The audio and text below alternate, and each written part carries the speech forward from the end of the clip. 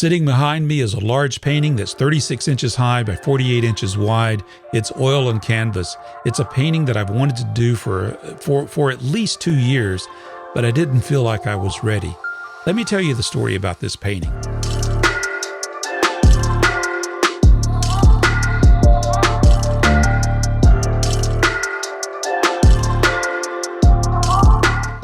About 2 years ago, I visited my daughter in Montrose, Colorado, where she lives.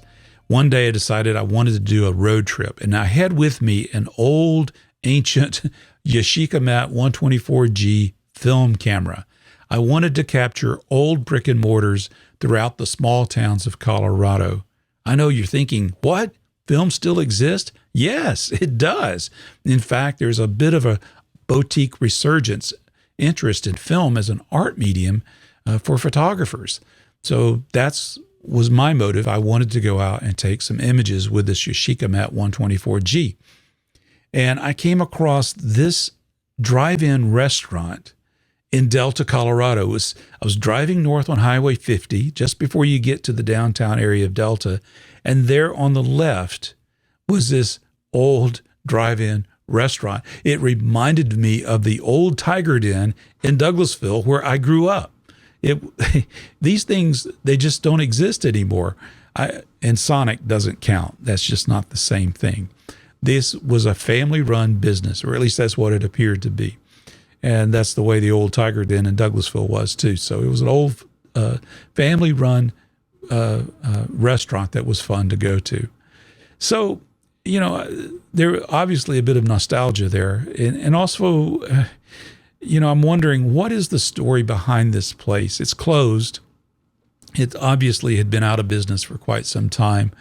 But I was enthralled by the beauty of the place. So I got my 124, I started taking a ton of images on my film camera.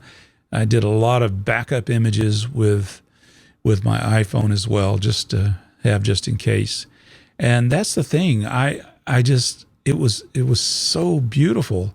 And there was a lot of details in there that just made me want to explore this, not only from a film aspect, but as a painter. I felt like this is a painting. There's a painting here that tells a story. As I mentioned, it took me about 2 years to get to the point where I would paint something like this. I was not experienced enough. At least that's the way I felt. I had been doing a lot of landscape painting, but this, doing buildings, doing figures and that sort of thing, I felt was a challenge. And so I just didn't have the confidence level to do that yet. I had done some smaller pieces earlier this year, which helped me develop the skill. And finally, I got to a point, I said, you know what? I'm ready. I'm ready to do this. I'm going to do this painting. The way I did it, well, before I tell you how I did it, I do want to tell you about the story, okay? So I've told you the story about how I discovered the place. I did do some research, so the best that I could find out about this place, it was indeed a family-run business. It was evidently a husband and wife operation. They had kids who evidently worked in the restaurant. They had foster kids.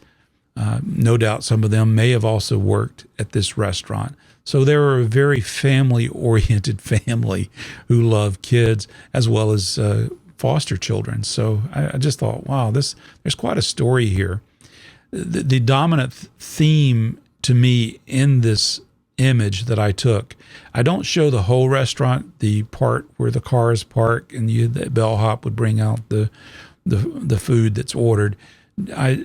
That's interesting in and of itself, but that to me wasn't the essence of the story. The essence of the story were the signs hanging in the window. You see, the close sign. It wasn't just closed for business for that day. It was closed. It was the end of a generation. It was an end of family involvement in this business. And it was an end of a chapter in this family's history. And so it was very significant to me. That sign, it was important to me that even though this is a relatively loose painting, impressionistic style to some degree, it was important to me that the sign be the central focal point. And then there's another sign next to it, which I was amused by because it says, soft serve flavors. And that's in plural. Flavors is in plural. And hanging under that sign is another sign that gives you one flavor, and that's vanilla. So I was amused by that. So I wanted to show that as well. And then you have this bench seat that's been pulled from a car that's sitting in front of the window of the restaurant. What's the story behind that, right? And then under it was a pile of leaves, that had accumulated under the seat. So it was an end of an era, but yet you could still see or visualize, with a little cleanup, this place could be the same place that I visited here in Douglasville, the Tiger Den, or the Dairy King for those who grew up in Delta, Colorado. So I wanted to capture that. So the way I developed this painting is, you'll note that I have my monitor behind me. I took some of the photos, the best photos that I had, and I cropped it to focus in on the building itself, not the place where the car parks, but the building where the restaurant itself operated. That way I could focus in on the sign and show the impression of some of the leftover equipment that was inside the restaurant. So the monitor helped with that, having it there. I wish I could have done this from life, but the reality of it is my life just doesn't allow for that. I've got all these other things going on, and it's difficult to capture something like this from life.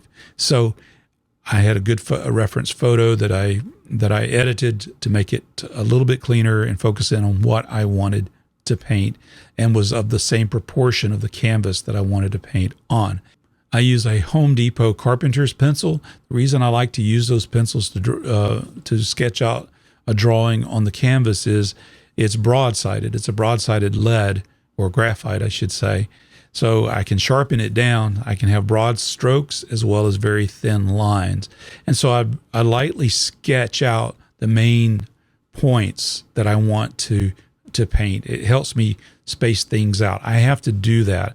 I'm not as good as some of these guys that can just take a brush and just start whacking it down. I haven't got to that point yet. One day I will, but I'm not there yet. So I sketch it out in pencil. The next thing I did is I blocked in the deepest darks, the shadows. There's a lot of that in this restaurant. So the interior scenes, the interior of the restaurant is all blocked in a very dark, purpley, reddish, bluish, black color there, and some of the shadows on the exterior.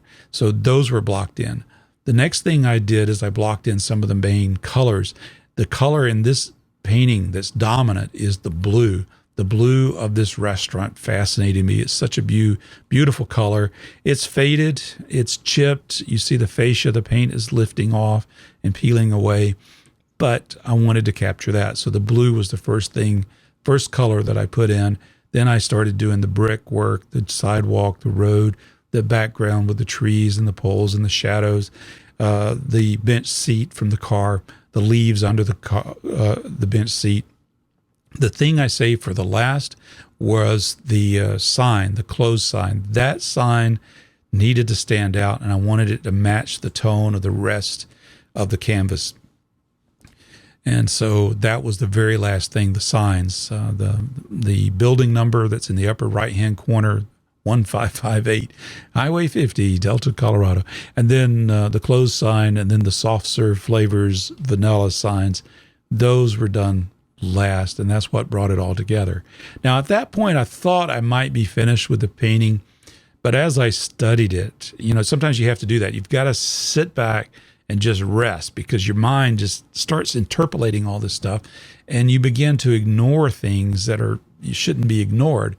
So I did that, and then I got to studying this thing. I said, something is really off, especially with these globular lights that are under the eaves. And there's this speaker that's on the far left-hand side of the painting, and they just stood out. They didn't sit right in the painting. And interestingly enough, though, what I had done is I posted a picture of this painting, because at that point I thought, well, okay, I think it's finished. I'm going to show it. I and a lot of people liked it, and I appreciate that. I thank you for the positive feedback. But I did have an artist who does beautiful work reach out to me privately and said, if you just tone back those lights and that speaker, I think you'll have a good painting. And bingo, that's exactly what I was thinking. And he reiterated that.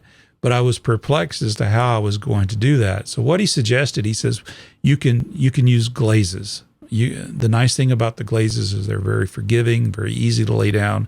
So just put down some transparent glazes to darken the tone. And that was a good suggestion. I learned something from that. And so I took a manganese blue hue from Gambling Color, which is a very transparent color, and it matches the tone of the painting.